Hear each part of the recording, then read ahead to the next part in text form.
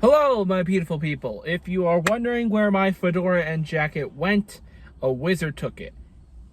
It got significantly hotter in this car, so I think I'm going to take this jacket off.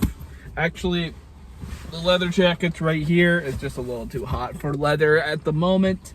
It's currently in that weird in-between time as of the moment of filming where, like, yeah, it's technically autumn, but summer leftover is still very much left over. So it's all nice and cool outside, but it's a freaking sauna in this car. Oh my god. But either way, I just got out of the movie theater, not to watch a brand new animated film, but to watch one of my favorite animated movies on the big screen for the very first time. That being the 15th anniversary edition of Coraline. I love Coraline with all my heart. It is honestly probably my favorite stop motion animated film ever made, and I want to get more into that in a little bit. But first, I want to talk about Fathom events.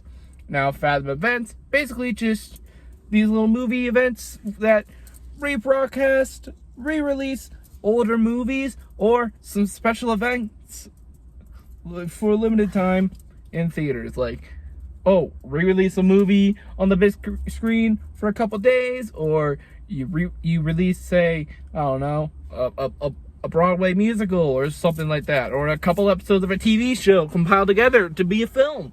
Stuff like that. That's what Fathom events usually don't show up in my local movie theater. Usually they're in the big movie theater chains. I don't have one of them. I have a Marquee Cinemas that I'm currently sitting right in front of. But luckily, the 15th anniversary of Coraline did get a wide release through Fathom events, and that included my theater. And to be honest, I think that's pretty cool that I got the chance to finally watch Coraline on the big screen. Granted, I probably did watch Coraline on the big screen, but I was 5, so I definitely do not remember watching Coraline in theaters. But regardless, it was great to get the chance to watch this movie in theaters.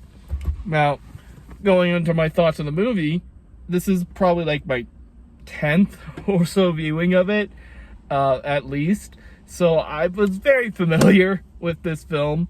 Basically, it's about this girl named Coraline. She moves into a new apartment complex with her family, and, you know, she just hates it there. She's away from all her friends. Her parents are kind of ignoring her due to their job, and all she just wants to do, just be a kid and do fun stuff. She finds this mysterious door in the house, and lo and behold, it takes you to a whole other world, an entire other world where everything is exactly what she wants. Her parents are nicer, there's magic and shit. The one downside is that everybody has buttons for eyes, which is kind of weird, but everything else is just great. But after a few more tries, they tried to get her to put buttons on her eyes. Her other family tries to get her to sew buttons there and stay forever. And so Coraline has to just defeat the other mother so that she doesn't sew buttons into her eyes. I don't want to give anything away for those of you who haven't seen Coraline, which I know a lot of you have if you are a fan of my videos, but in case you haven't checked out this 15-year-old movie, it's in theaters nationwide right now. It's been on home media forever. It's streaming somewhere, I'm sure of it. It's a great movie. The film is based off of a book by author Neil Gaiman, and it is also directed by animation veteran Henry Selick. I always really liked Neil Gaiman's work. He comes up with like the most imaginative and creative stories within his writings, and they often lead to very imaginative and creative adaptations. I mean, we just saw this a couple months ago with the adaptation. And Henry Selick, who before this also directed The Nightmare Before Christmas and James and the Giant Peach, I think has permanently cemented himself as one of, if not the best stop-motion animator in the industry. or at least in terms of directors, the way that his animated movies work and that are done visually are unlike any other stop motion animated film you will ever see. Like, yes, even though a film like Nightmare Before Christmas is very much trying to emulate Tim Burton's style, and yes, while James and the Giant Peach is trying to emulate the illustrations of the book, the animation itself is still extremely fluid. And as his career progressed, the stop motion animation is so fluid, like so much fluid compared to most other stop motion animated films. Even the ones that have been pros at it for decades, like Aardman Animations and even Tim Burton, his stop motion is truly some of the best in the game. To the point where, with his most recent film, Wendell and Wild, the stop motion barely even looks like stop motion at this point. It looks like computer animation. It's the animation in this guy's movies are that impressive, are that great. And Coraline is no exception. I mean, obviously you could tell that it is stop motion, but it is some of the most fluid and lifelike stop motion you will ever see in your life, which is insane because a lot of people have criticized stop motion animation for being too lifeless, for being so janky and uncomfortable and so creepy in a way. And while certainly Coraline has the creep factor, it is a horror movie after all, the fluidity and the life that are in these puppets is unlike anything that has been seen in a stop motion animated film beforehand. Even in Selleck's previous movies, it is just so impressive on what they were able to do with the animation. And yes, it does still look creepy, but only at the parts where it's supposed to be creepy. Where the characters are just supposed to look and be normal, the animation looks and feels normal. It's honestly amazing, the animation in this film.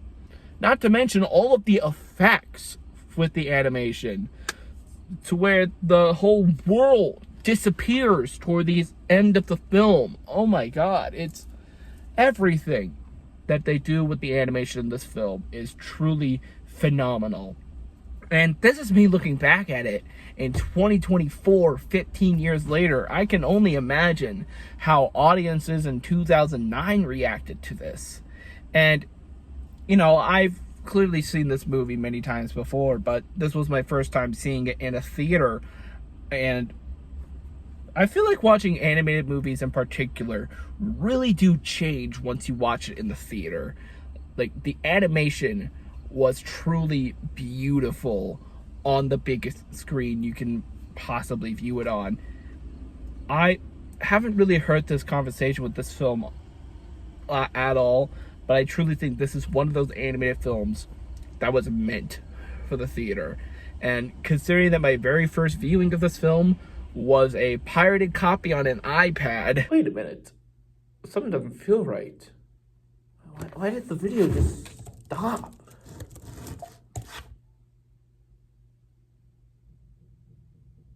God.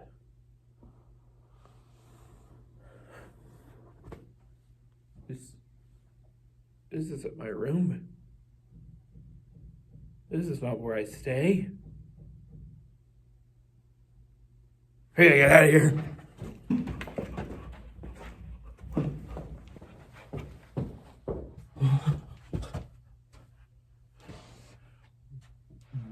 Where am I?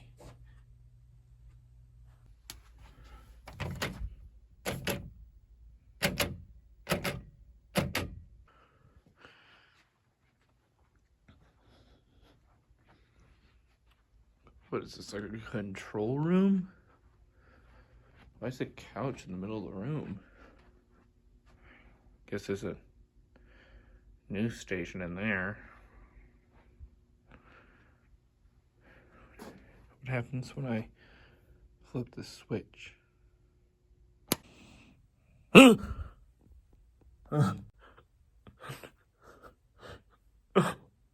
Please. Please. Get me out of here.